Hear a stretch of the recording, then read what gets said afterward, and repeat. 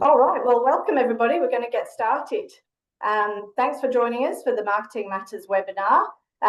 Today we've got myself, Kirsty Bond from Business Depot. I'm the marketing director here, and I've got Debbie Richardson joining us from who's a marketing strategist, and she has been the creator of the MSQ Index, which some of you will have already filled out, hopefully, and that's what we'll be talking about today. Hi guys. So just a bit of housekeeping first of all. If you'd like to pop any questions into the Q&A rather than the chat, that would be really helpful, and we'll get to them at the end. We are recording this session, so if you want to just rely on seeing the webinar afterwards, we will send it out as an EDM, and you won't have to frantically scribble all the notes down. Make sure you have your scores to hand for the MSQ Index if you have completed it, because we will be talking about that a little bit as well. All right, let's jump in. So first of all, we just want to do a little poll and see if you think that your marketing is giving you the results that you want right now. So just bear with me whilst I play with the tech a little bit. We'll just see if we can get the poll up here for you. So I'll just give you a couple of seconds.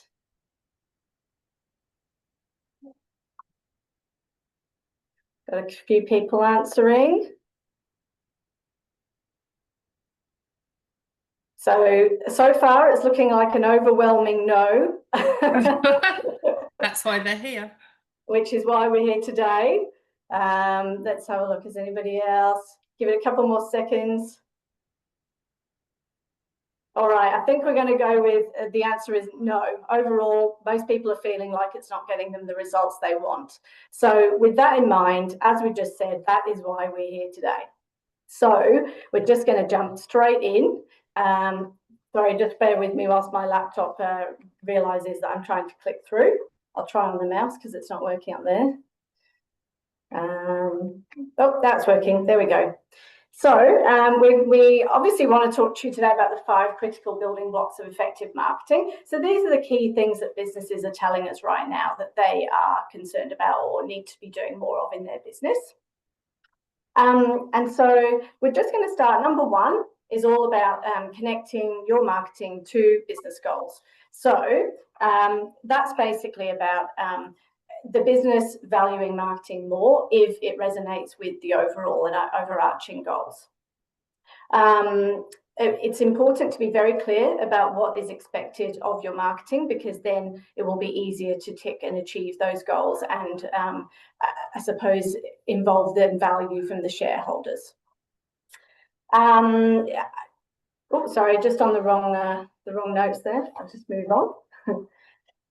Great, guys. So I'm just going to give you 3 tips. There's normally more tips than 3, but obviously we've got half an hour of lunching and learning, so we thought we'd stick to 3 for each of the 5, sort of the 5 critical issues.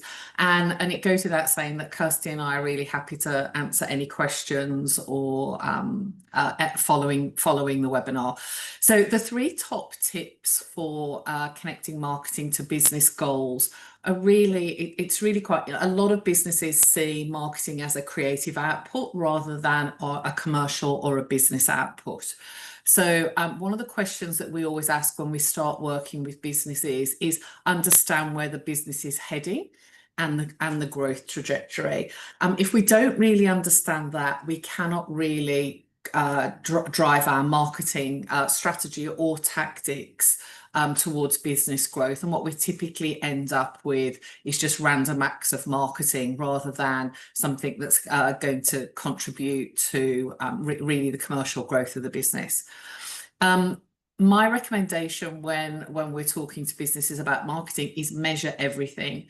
How it's connected to that growth. So, you know, there are certain elements of marketing that we call fit for purpose. So really for, you know, depending on the size of your business and the growth that you're looking at, there's what we call fit for purpose. So things like your brand assets, your team, all of the things like your data, you know, your CRM, all of those costs is what I would call fit for purpose. So anything else over and above fit for purpose, you should actually measure. And your marketing needs to be, and this is when Kirsty and I speak to CEOs all the time, they perceive marketing as being creatively focused or driven towards tactics like social media. And I'll just give you a quick story. I'm working with a business at the moment. They're turning over 11 million and want to grow to 20. When we started looking at where they'd spent their marketing budget and you know how they saw outcomes from that investment, they just could not connect marketing to business growth at all. So there's a little story there, but you really need to connect your marketing investment to your business results. Yeah, that all makes a lot of sense. All right, we're just going to jump on to number 2, which is all about knowing your client. So not every client is going to be a good client. It's really important to know and understand exactly who they are, because that will help. If you know their pain points and their needs, it'll really help humanize the marketing journey and you to be able to engage with them. So it's important to find out what they love about your business, what they don't love, and that will make it a lot easier for being able to resonate with them. I'll just jump onto the tip slide from you, Deb. Thanks, Kirsty. One of the things that you'll see in the position, if you have taken your MSQ index, you'll see one of the questions is your business clear about who its stakeholders are? We've actually given a top tip here about making sure that your business is really clear about who your ideal client is and why. And that does need to be communicated across the whole business, but you also might want to think about all of the other stakeholders that your marketing needs to look at. So, you know, employees, future employees. And really, if you're looking at a positioning strategy where you're, you know, knowing your ideal client sits from an MSQ perspective, that's where you really need to document and make sure that you, you know, understand who your ideal client is. Marketing budgets are tight. This is my favorite tip here, because this is a sort of pray and spray tip. Really, if you know who your ideal clients are, that's where you focus your marketing budget. We actually see all the time that businesses are just, that they don't measure what they're spending, they don't measure their activity, and they certainly don't know how you know how it's targeted to their ideal client. So, you know, we cannot, all of our budgets are tight. All of our budgets are tight, you know, and we need to really get a big bang for our buck out of our marketing budget, and that needs to be focused on our ideal client. And the last tip here is really knowing your ideal client means knowing how to direct your comms. You know, what we want our clients to remember us when they need us. They don't want to be sold to. But trust is built through your comms. How you know your clients is really contributes to, you know, your brand messages and how you speak to them. Thanks, Deb. And I just wanted to add that it's also important to, if you're saying yes to the wrong clients, then you're probably having to say no to the right ones. And that's not an ideal situation. So something else to keep in mind. All right, we'll move on to number 3. So now that you know your ideal client, it will give you a better idea of where they're hanging out and the channels that are probably going to be best for engaging with them. And at the end of the day, if you have great channels, then you're going to increase sales. So just a bit of a segue in regards to what's changing in channels. There's a lot happening at the moment with the introduction of AI, with the paid ads going through the roof and so on. So there's a big opportunity, but also a change here. So the socials also can't be discounted, because whilst it's not an own channel, I think Australians are spending 2 hours on social media a day at the moment. And obviously the more younger generation are also using it as a search tool. So there's no end to the opportunities, both on social and own channels. But I also wanted to mention, don't discount strategic partners like your referrers. In the world of B2B, and particularly my world of professional services, referrers are a really valuable tool, and it's very important to, you know, I suppose, maintain relationships, but also make sure, don't make the assumption that they know who your client is and who the type of work that you want to attract. It's really important to communicate that with your referrers. And Deb, on to you. Great. And one of the things I love channel. I think it's from an MSQ perspective, there are actually strategic areas out of the 9 that give businesses the most impact. So position is the first one, channel is the second one, buyer's journey is the third, and client management is the fourth. And we're going to talk about data. We've talked about position a little bit. And we're going to talk about channel now and buyer's journey. So as Kirsty mentioned, we look at channel from 2 perspectives. The first one is strategic partners, and the second one is traditional marketing channels. And get your language right. I always include digital in traditional marketing channels. And what you really need to understand is which is your primary and which is your secondary. So in most business to business channels, work comes via referral partners. And one of the things that we see often in businesses is they don't actually educate their referral partners. And just a quick story here, we were working with a mining software business that was all about referrals. And when we talked about how many referrals have they given you, they couldn't put a number on it. We also asked them, how have you educated your referrers to position you and find the right clients? There was so if someone refers you, you need to work really hard at helping them refer you more and really check their numbers. Are they delivering what they said they're going to deliver? And are they delivering the quality of client that you're looking for? So keep measuring and report on everything. To most business to business, strategic partners are absolutely business critical. And one of the things we often do when we go into businesses is look at these partners, how good at, because they'll always say, oh, Joe Bloggs is really awesome at referring. Okay, well, show us who is referred, what is referred, and there's no data.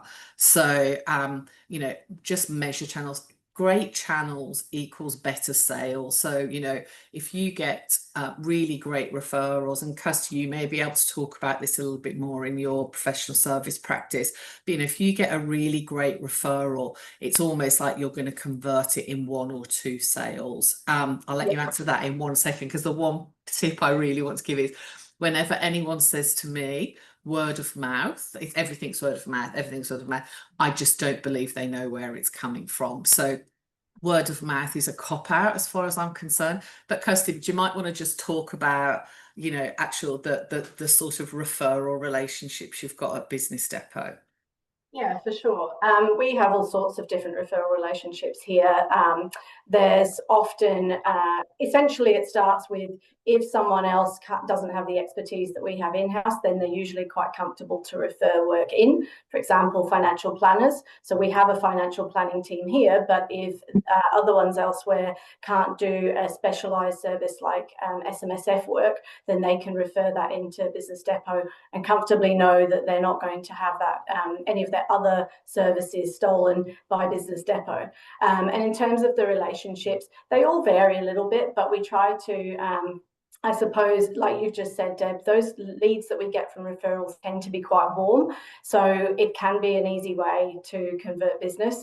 And in terms of the relationship, we always document, which is what you were just talking about, but we go a step further and we make sure we clearly identify those referrers by I suppose a category system of the ones that, for example, give 1 to 2 pieces of work a year versus the ones that might give 8 or 9 or 10 leads a year. And I suppose based on that relationship, we then manage them, and we know, I suppose, exactly how much love to be giving them and what we think are the opportunities for each of them as well. So I think it's also can't be discounted that we need to make sure that they are told by us how to identify a good referral opportunity, because we can just talk until the cows come home about what we do, but they need to probably know, again, to be able to identify with their clients and contacts what their pain points are and at what point in the journey we could be introduced to that. So, yeah. Can I add a little bit in there as well? I think one of the things, we're all here to talk about, how marketing impacts on business development and all that. Every business needs new clients. And what every business needs new clients, and from this for me manages your pipeline. You can see what's coming in, you can see where businesses are on the buyer's journey. To me, once you've got positioning sorted, managing your revenue streams is absolutely critical for us as marketeers. For sure. Thanks, Deb. All right. 4. Now, it won't be any surprise to everybody that we've got data in here. So obviously it's very important that we manage our data. All too often we have the platforms available to us. It might be a CRM, Google Analytics, email tools, but we're not using them to their full capability. So here's the opportunity now to really drill down into what you have and deep dive to make it work for you. I think that's pretty much all I had, really. Deb, if you'd like to. Yeah, perfect. I'm going to start with a story here. One of the things that we look at all of the time when we first go into a business is how much money, marketing is always, it's a cost, it's expensive. We don't know what it's delivered to the business. I mean, typically, when we're called into businesses, it's rarely a happy story. It's typically something around, it's not working, marketing's rubbish, da-di-da-di-da, all of the above. And one of the things that we look at all of the time is how do you manage? So, we talked about the ideal client. How do you know if a client's ideal? It needs to be on a CRM. You've spent some money on an expo or on some sort of campaign. How do you know what the results are? That all needs to be measured. One of the big critical pieces that we look at all of the time, again, is particularly if clients are looking for some fairly quick revenue. One of the things we look at is current customers. How much are your current customers buying from you, and what else could they be buying from you? So all of those focus to one thing, which is having good data. And typically when we go in, and more now from a strategic perspective, we just don't see businesses have got control of their data. They have a lot of data. Sorry, I'm data. Sorry. They have a lot of data, but they're not managing it in the right way. I believe that data management really starts with marketing. How do we control it? How do we report on it? And that itself then adds to the commerciality of what marketing should be doing. So again, a quick story: law firm spending lots and lots of money on marketing, but had no idea if it was working. I think they went to some expo that they spent 40k on, and they could not tell us what work that had actually come out of. There was lots of lunches and drinking, clearly, but no, they could not tell us what had come out of that 40,000 investment. Incredible. And I think your last point here, someone needs to lead the data conversation. I agree that that's definitely the case, and I have worked in previous places. I worked in a law firm that was large enough to actually have a dedicated person looking after just the CRM, and that was from a development perspective, but also to ensure that the data in was correct as well as the data coming out, because obviously that's a real challenge here. Here at Business Depot, we have HubSpot as our CRM. It very much sits within the marketing division, but in more recent years, we have got the operations team more involved, and then sort of got more of the administrative support teams involved, because we find that then there's going to be a lot better ownership across the board. So I agree that it needs to be led by someone, but we're actually having a lot more success with these other teams involved and feeling more like they're a bit more accountable, I think, to what's going in. And it's really helpful. Yeah, and I think it's I hate the word buzzword, but it's such a buzzword at the moment in terms of everybody's talking about data and data management, and it needs to be led and strategized by someone. But Kirsty, absolutely to your point, it needs to be a whole business topic. For sure. Thank you. Okay, so the critical the top tip number 5 In terms of client service, there is no question this is a huge undervalued area for your business. Knowing your clients will really help you understand what else they might need and or buy from your business. It costs 5 to 7 times more to attract new business to your business or a new customer than it does to retain an existing one. So it's a no-brainer, really. There is just so much missed opportunity at the moment in this space.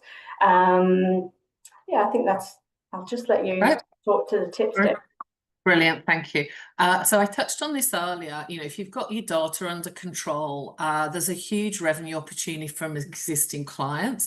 Again, just another client story. I was working with a client and they had 6 products and services that they could sell. They were a relatively small business and they had a really decent growth figure. And they were looking at actually spending money on acquiring new customers. And we sort of sat down and went, okay, you've got 6 products. How many of the, let's say, 300 clients are buying more than 1, more than 2, more than 3?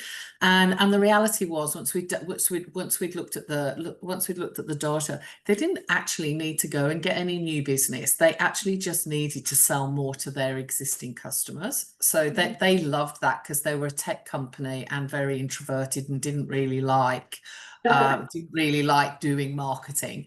My second point is, don't forget them after they have become clients. So what often happens, particularly if it's a long sales cycle, everyone gets all excited, we've converted, and then we don't do anything with them. Just have a client service program, make sure someone keeps in touch. And that really then leads to the final point there, is make sure you know how they want to be communicated with. So again, just another, and you'll be able to back this up, Kirsty, from somewhere as well. I did a piece of insights with a client. And insights is something we haven't talked about, but you should speak to your clients outside of the sales process. 2 different stories. I always ask about, how do you want to be communicated with? One company, everyone loved their newsletter. We love their newsletter. They give case studies. It tells us what they're up to. It tells us and actually, I wish they'd just come and have a coffee with me and talk about those particular case studies. And this company really genuinely thought deep and hard about what they put in their newsletters. And then you always get the hate the newsletters, blocks up my inbox, da-di-da-di-da. So, understanding how your customers want to be, both tactically and from a messaging perspective, I think is really, really important. So client service, don't forget them when they've become clients, and there's often more money in them than you imagine. Yeah, absolutely. I had a stat actually on this. So increasing client retention by just 5% can increase profits by 25 to 95%. So there's no question it's a very powerful ROI.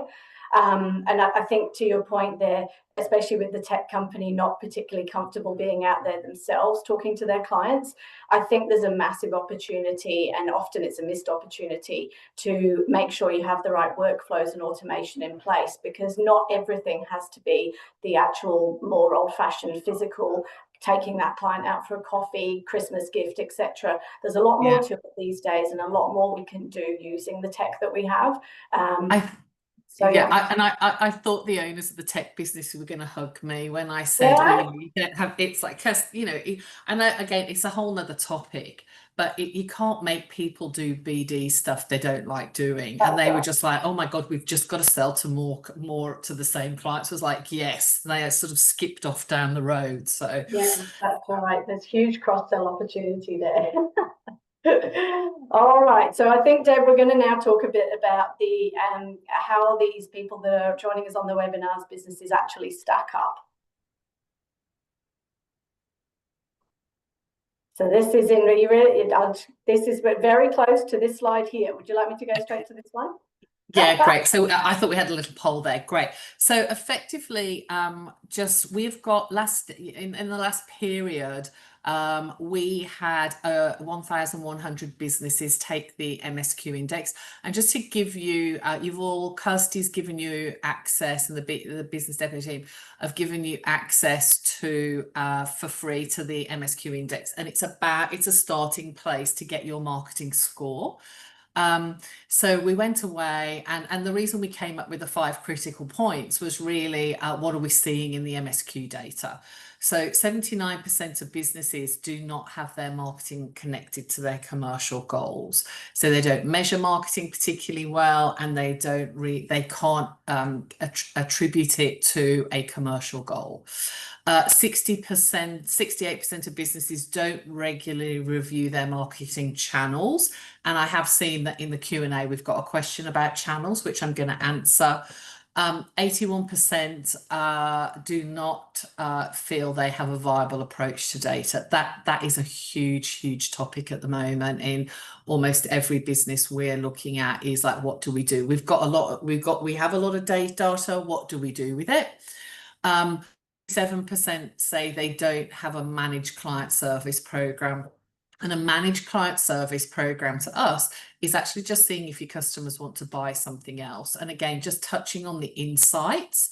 When I've done insights for customers and I've said, hey, do you know that they also do this? And they were like, we had no idea that they did that too. So, make sure your customers know what you sell and what they could be buying from you. And to that point, 63% don't speak to their clients outside of the sales process. So they don't go and ask them, how else can we help them? What do you have on your plate? So if you don't do customer insights, have a little think about it. So I know we are keen to keep to time, Kirsty. So we've got 2 questions. The first question is, how often should we revisit or refine our understanding of our ideal client as the business grows? Can I have a stab at that, Kirsty? And absolutely, off you go. My belief is that, and a question in the MSQ index is, how often do you review and define your position? My take on this is you should review your position and your clients every 12 months when you're business planning, and just make sure that the decisions you made previously are still relevant. So I do think it needs to be, I would say that every 12 months you need to just check in on your positioning strategy, which is where your ideal client sits. And then really, as a business, you should review that every 2 years and make sure they're connected to your overall growth plan. Kirsty, do you want to add anything to that? No, I think that's absolutely correct. We here at Business Depot, just internally, we review every 12 months. And as the business, we're now 12 years old. So as the business has grown, there has been a few tweaks as we've added on new service lines and that sort of thing. We do have a couple of service lines that speak more to a different type of person. So it's been a really helpful exercise. And we encourage all of our clients to do something very similar. So agree. Would you like me to answer this next one, Deb? Yeah, go for it. I don't think that this is really going to take too long to answer. I do have a little answer as well, but go for it. I'd love to hear what yours is, because it might be different to mine. When should I stop using a channel that isn't performing? Well, honestly, I would say as soon as possible, because it's just such a waste of everyone's time and resourcing if you are essentially flogging a dead horse. Deb, what was going to be your answer? I was going to say something similar but different. I think that you need to make sure you are maximizing use of those channels. So I'm going to give you an example. If you're going with a strategic partner and you've got to give them time to work. I think this is why I'm the same but different. I think there are certain channels that you can see that you should be pulling almost immediately if they're not working. Saying that, I do believe you need to give them time to work. But with something like strategic partners, so I'll give you an example. We have a strategic partner in our UK business at the moment, and we're in our 5th month of education, and they've only just started referring to us, and we are very, very comfortable with that. So I think the answer is it depends on what they are. But I also think you need to make sure you've given them every opportunity to work. So have you invested enough money in? Have you got the right comms going into the channel? What we hear all the time is, oh, we did this and it didn't work. And it's like, well, did you do A, B, C, D? You've got to give them absolute max opportunity to work. And there are different caveats around every channel, I would say. That's right. Hopefully we answered your questions okay. Thanks, Deb. No, I agree with that for sure. All right, so we've just got to finish off the session. We've got one last poll for you guys to answer. Let's see if I can get the screen up. There we go. And so we're just interested to hear, I hope that you found it useful today. What are you most excited to go and apply right away in your business of those 5 areas that we've just discussed? So I'll just launch this little poll. So which of the 5 building blocks would you be most excited to go away?